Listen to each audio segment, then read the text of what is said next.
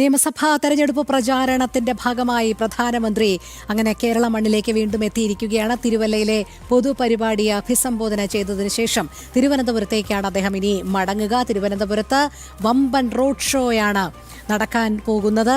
നമുക്ക് തിരുവല്ലയിലെ അദ്ദേഹത്തിന്റെ പ്രസംഗത്തിന്റെ ആ പ്രാധാന്യം ഒന്നുകൂടി മനസ്സിലാക്കാം. നമ്മുടെ പ്രതിനിധികൾ ചേരുന്നുണ്ട്. അരുൺ കൊടുങ്ങൂറും ഗോകുൽ രമേശും ചേരുന്നുണ്ട്. ഗോകുൽ, കൃത്യമായി പറയുകയാണെങ്കിൽ കേരളത്തിന്റെ നിലവിലെ സാഹചര്യത്തെ കൃത്യമായി തന്നെ അവലോകനം ചെയ്തുകൊണ്ടാണ് പ്രധാനമന്ത്രി ജനങ്ങളെ അഭിസംബോധന ചെയ്തത്. ഇടതും വലതും നടത്തുന്ന ആ ദുർഭരണം, അവരുടെ അഡ്ജസ്റ്റ്മെന്റ് രാഷ്ട്രീയം കാരണം ദുരിതം അനുഭവിക്കുന്നത് കേരളത്തിലെ ജനങ്ങളാണ് എന്നു മാത്രമല്ല, അവരുടെ മനോഭാവം കാരണം നമ്മുടെ സംസ്കാരവും പൈതൃകവും ഒക്കെ ഒരു ഭാഗത്ത് നശിച്ചുകൊണ്ടിരിക്കുകയാണ്.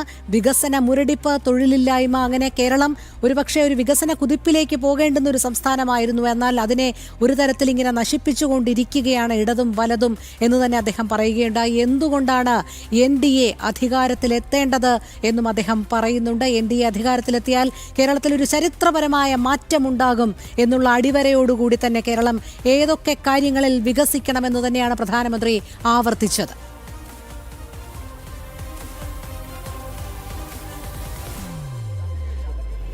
രോഹിണി, അതായത് ഈ കേരളം നിലവിൽ മറ്റ് സംസ്ഥാനങ്ങളെ അപേക്ഷിച്ച് വികസനത്തിൻ്റെ കാര്യത്തിൽ വളരെ വളരെ വളരെ പിന്നിലാണ് എന്നുള്ളൊരു വലിയ വിമർശനം, കടുത്ത വിമർശനപൂർവ്വമായിട്ടുള്ളൊരു പരാമർശമാണ് അദ്ദേഹം നടത്തുകയുണ്ടായത്. അതിന് കാരണം ഈ മാറി മാറി വന്ന ഇടത് വലത് സർക്കാരുകളാണ്, അവരുടെ നയങ്ങളാണ് എന്നുള്ള കാര്യവും അദ്ദേഹം പറയുകയും ചെയ്തു.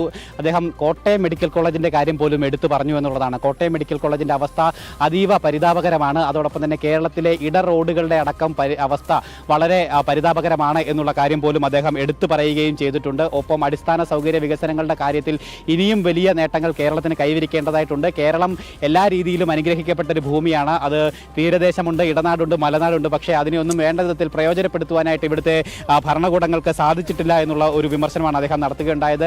BJP അധികാരത്തിൽ വരികയാണെങ്കിൽ കഴിഞ്ഞ 50 വർഷം ഉണ്ടാകാത്ത വികസനം അടുത്ത 5 വർഷം കൊണ്ട് ഉണ്ടാക്കി കാണിച്ചു തരാം എന്നുള്ള ഒരു ഗ്യാരണ്ടി, മോദി ഗ്യാരണ്ടിയാണ് എന്ന് പറഞ്ഞുകൊണ്ടാണ് അദ്ദേഹം ആ പരാമർശം നടത്തുകയും ചെയ്തിരിക്കുന്നത്. അതോടൊപ്പം തന്നെയാണ് ഈ സംസ്കാരവും വിശ്വാസവും അടക്കമുള്ള വിഷയങ്ങളിൽ കൂടി അദ്ദേഹം പ്രതികരണം നടത്തിയിരിക്കുന്നത്. ഈ ഇടത് സർക്കാരിൻ്റെയും വലത് സർക്കാരിൻ്റെയും നയങ്ങൾ ഇവിടുത്തെ വിശ്വാസങ്ങളെയും ആചാരാനുഷ്ഠാനങ്ങളെയും പോലും നശിപ്പിക്കുന്നതായിട്ട് മാറിക്കഴിഞ്ഞിരിക്കുന്നു.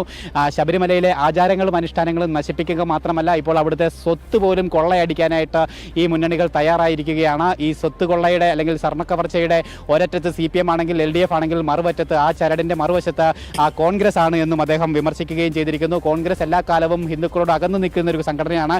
എന്നാൽ ഇപ്പോൾ അവർ കപടതയൊക്കെ ചമഞ്ഞുകൊണ്ട് ഹിന്ദുക്കളുടെ സംരക്ഷകരാണ് എന്ന് പറഞ്ഞ് മുന്നോട്ട് വരികയൊക്കെ ചെയ്തിട്ടുണ്ട്. ഈ കാപട്യമൊക്കെ ജനങ്ങൾ തിരിച്ചറിയുന്നുണ്ടെന്നും അദ്ദേഹം പറയുകയും ചെയ്യുന്നു. അതോടൊപ്പം തന്നെയാണ് ഈ ഡീൽ ആരോപണത്തിൽ കൃത്യമായിട്ട് വിശദീകരണം നൽകിയിരിക്കുന്നു. കോൺഗ്രസ് പറയുന്നു BJPയുടെ B ടീമാണ് CPM, CPM പറയുന്നു BJPയുടെ B ടീമാണ് കോൺഗ്രസ് എന്ന്. അങ്ങനെ പരസ്പരം ഇവർ ആരോപിക്കുകയാണ്. അപ്പോൾ ഇരുവർക്കും സംശയമില്ല A ടീം എന്ന് പറയുന്നത് BJP ആണ് എന്നുള്ളത് അദ്ദേഹം പറയുന്നു. ഒപ്പം കേരളത്തിനുള്ളിൽ ഇവർ പരസ്പരം ശത്രുക്കളാണെങ്കിലും കേരളത്തിന് പുറത്തു വരുമ്പോൾ ഇന്ത്യ സഖ്യത്തിൻ്റെ ഭാഗമായിട്ട് ഒന്നിച്ച് BJPക്കെതിരെ പ്രവർത്തിക്കുന്നവരാണ് ഇവർ. അതുകൊണ്ട് തന്നെ ആരൊക്കെ തമ്മിലാണ് ഡീലുള്ളത്, ആരൊക്കെ തമ്മിലാണ് ചേർച്ചയുള്ളത് എന്നുള്ള കാര്യം വ്യക്തമായിട്ടുള്ള കാര്യമാണെന്ന് പറയുന്നു. ഒപ്പം ക്രിസ്തീയ വിഭാഗത്തെ BJPയിൽ നിന്ന് അകറ്റുന്നതിന് വേണ്ടി നടത്തിക്കൊണ്ടിരിക്കുന്ന ദുഷ്പ്രചരണങ്ങൾ, ഇടത് വലത് മുന്നണികൾ നടത്തിക്കൊണ്ടിരിക്കുന്ന പ്രചരണങ്ങൾ, അതിനും കൃത്യമായിട്ട് അദ്ദേഹം മറുപടി നൽകിയിരിക്കുന്നു. പ്രത്യേകിച്ച് വടക്ക് കിഴക്കൻ സംസ്ഥാനങ്ങളിൽ 8-7 സംസ്ഥാനങ്ങളും ഭരിക്കുന്നത് BJP സർക്കാരാണ്. അവിടെയുള്ള ക്രിസ്ത്യൻ ജനവിഭാഗങ്ങൾക്ക് BJPയോടുള്ള വിശ്വാസത്തിന് പ്രകാരമാണ് ഭരണം ഇത്തരത്തിൽ ഏൽപ്പിച്ചത്. ഗോവയിൽ ഇത്തരത്തിൽ ബഹുഭൂരിപക്ഷം ക്രൈസ്തവ വിഭാഗമുള്ള ഗോവ ഭരിക്കുന്നത് BJP സർക്കാരാണ്. അവിടെയും ഇതുപോലെ തന്നെയാണ്. ക്രിസ്തീയ വിഭാഗത്തിൻ്റെ വിശ്വാസത ഉള്ളതുകൊണ്ട് തന്നെയാണ്, അല്ലെങ്കിൽ ക്രിസ്ത്യൻ വിഭാഗത്തോടൊപ്പം BJP ചേർന്ന് നിൽക്കുന്നു എന്നുള്ള വിശ്വാസം അവർക്കുള്ളത് കൊണ്ട് തന്നെയാണ് ആ സംസ്ഥാനങ്ങളിൽ ഭരണം BJPയെ ഏൽപ്പിക്കുന്നത്. അതേ സാഹചര്യം തന്നെയാണ് കേരളത്തിലുമുള്ളത്. പക്ഷേ ഇവിടെ തെറ്റിദ്ധരിപ്പിക്കാൻ വേണ്ടി ചില ശ്രമങ്ങൾ ഇവിടുത്തെ ഇടത് വലത് മുന്നണികൾ നടത്തിക്കൊണ്ടിരിക്കുന്നു. FCRA വിഷയത്തിലടക്കം ഇപ്പോൾ കൃത്യമായിട്ട് ഇവർ പ്രൊപ്പഗണ്ട ഇറക്കിക്കൊണ്ടിരിക്കുന്നു, അല്ലെങ്കിൽ നുണപ്രചരണങ്ങൾ നടത്തിക്കൊണ്ടിരിക്കുന്നു. മുമ്പ് കേരള സ്റ്റോറി അല്ലെങ്കിൽ കശ്മീർ ഫയൽസ്, ദുരന്തർ പോലെയുള്ള സിനിമകൾ ഇറക്കിയപ്പോൾ ഇവർ പ്രചരണങ്ങൾ നടത്തി. CAA നിയമം കൊണ്ടുവന്നപ്പോൾ പോലും രാജ്യത്തെ പൗരന്മാരുടെ പൗരത്വം ഇല്ലാതാകുമെന്ന് ഭീഷണിപ്പെടുത്തി ഇവർ നുണപ്രചരണം അഴിച്ചു വിട്ടുകൊണ്ടേയിരിക്കുകയാണ്. ഇതിവരുടെ മുഖമുദ്രയാണ് ഈ രീതിയിൽ പ്രചരണങ്ങൾ നടത്തിക്കൊണ്ടിരിക്കുന്നത്. അത് തടയിടുന്നതിന് വേണ്ടിയിട്ട് ജനങ്ങളുടെ ഭാഗത്ത് നിന്നും എന്തായാലും ഇക്കുറി പരിശ്രമം ഉണ്ടാകണം. അതിനുവേണ്ടി NDA സർക്കാരിനെ BJP നേതൃത്വം നൽകുന്ന NDA സർക്കാരിനെ അധികാരത്തിൽ എത്തിക്കുന്നതിന് വേണ്ടിയിട്ടുള്ള പരിശ്രമം ഉണ്ടാകണമെന്ന് പറഞ്ഞുകൊണ്ടാണ് അദ്ദേഹം തൻ്റെ പ്രസംഗം അവസാനിപ്പിച്ചത്. ഒപ്പം മലയാളം പോലെ ശ്രേഷ്ഠമായിട്ടുള്ളൊരു ഭാഷയെയും അദ്ദേഹം പ്രശംസിക്കുകയും ചെയ്തു. ഏറ്റവും മനോഹരമായിട്ടുള്ളൊരു ഭാഷയാണ് മലയാളം എന്നാണ് അദ്ദേഹം പറഞ്ഞത്. ഈ ഹിന്ദി അല്ലെങ്കിൽ ഭാഷ അടിച്ചേൽപ്പിക്കാൻ വേണ്ടി ശ്രമം നടക്കുന്നു എന്നുള്ള രീതിയിലുള്ള പ്രചരണത്തിന് കൂടി മറുപടിയായിരുന്നു അദ്ദേഹത്തിൻ്റെ മലയാളത്തെ പ്രശംസിച്ചുകൊണ്ടുള്ള പരാമർശമെന്ന് നമുക്ക് വ്യാഖ്യാനിക്കുവാനായിട്ട് സാധിക്കും. മലയാളം ഏറ്റവും മനോഹരമായ ഭാഷയാണ്.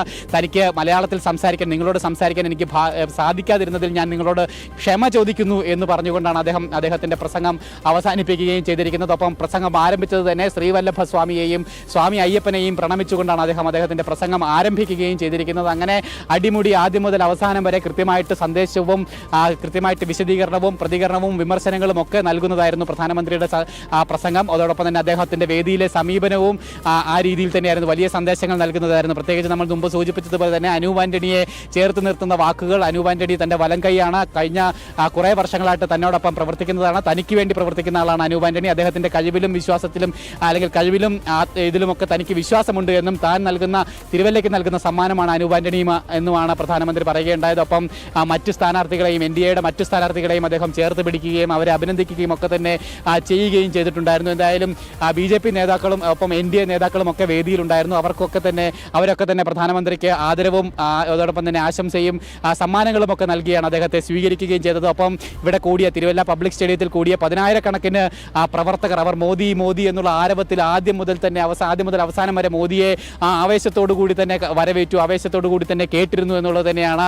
ഒപ്പം ഇവിടെ കൂടിയ എല്ലാ പ്രവർത്തകർക്കും, ഓരോ പ്രവർത്തകനും മനസ്സിൽ വലിയ ആത്മവിശ്വാസം ജനിപ്പിച്ചുകൊണ്ട് തന്നെയാണ് മോദി ഇവിടെ നിന്നും അനന്തപുരിയിലേക്ക് എന്തായാലും ഇപ്പോൾ യാത്രയായിരിക്കുന്നത്. ഒപ്പം വരുന്ന തെരഞ്ഞെടുപ്പിന് ഇനി 4-5 ദിവസങ്ങൾ കൂടി മാത്രമാണ് അവശേഷിക്കുന്നത്. ഈ വരുന്ന ദിവസങ്ങളിലേക്കുള്ള പ്രവർത്തനത്തിൻ്റെ ഊർജ്ജവും ഇന്ധനവും ഒക്കെയായി പ്രധാനമന്ത്രിയുടെ ഇന്നത്തെ സന്ദർശനം ഇവിടെ മാറി. പ്രത്യേകിച്ച് മധ്യ തിരുവിതാംകൂറിൽ BJPയുടെ തേരോട്ടത്തിനുള്ള ഇന്ധനമായി പ്രധാനമന്ത്രിയുടെ സന്ദർശനം മാറി എന്ന് നമുക്ക് ഉറപ്പിച്ച് പറയുവാനായിട്ട് സാധിക്കും. തിരുവല്ല ഉൾപ്പെടെയുള്ള മധ്യ തിരുവിതാംകൂറിലെ മണ്ഡലങ്ങൾ 11ഓളം മണ്ഡലങ്ങളിൽ നിന്നുള്ള പ്രവർത്തകരും സ്ഥാനാർത്ഥികളും നേതാക്കളുമാണ് ഇന്നിവിടെ എത്തിച്ചേർന്നത്. അവർക്കൊക്കെ തന്നെ വലിയ ഊർജ്ജവും ആത്മവിശ്വാസവും ഒക്കെ പ്രധാനമന്ത്രിയുടെ ഇന്നത്തെ സന്ദർശനത്തിലും പ്രധാനമന്ത്രിയുടെ വാക്കുകളിൽ നിന്നും ലഭിച്ചു എന്നുള്ളതിൽ യാതൊരു സംശയമില്ല. ഒപ്പം വരാനിരിക്കുന്ന തെരഞ്ഞെടുപ്പ്, വരുന്ന ദിവസങ്ങളിലേക്കുള്ള പ്രവർത്തനം, അത് വലിയ ശുഭപ്രതീക്ഷ BJPക്ക് നൽകുന്നു. ഒപ്പം തെരഞ്ഞെടുപ്പിലും വലിയ വിജയപ്രതീക്ഷയിലേക്ക് തന്നെ ഈ മണ്ഡലങ്ങളിൽ മാറുമെന്നുള്ള കാര്യത്തിലും യാതൊരു സംശയമില്ല. രോഹിണി, ശരി ഗോകുൽ, അങ്ങനെ തന്നെയാണ്.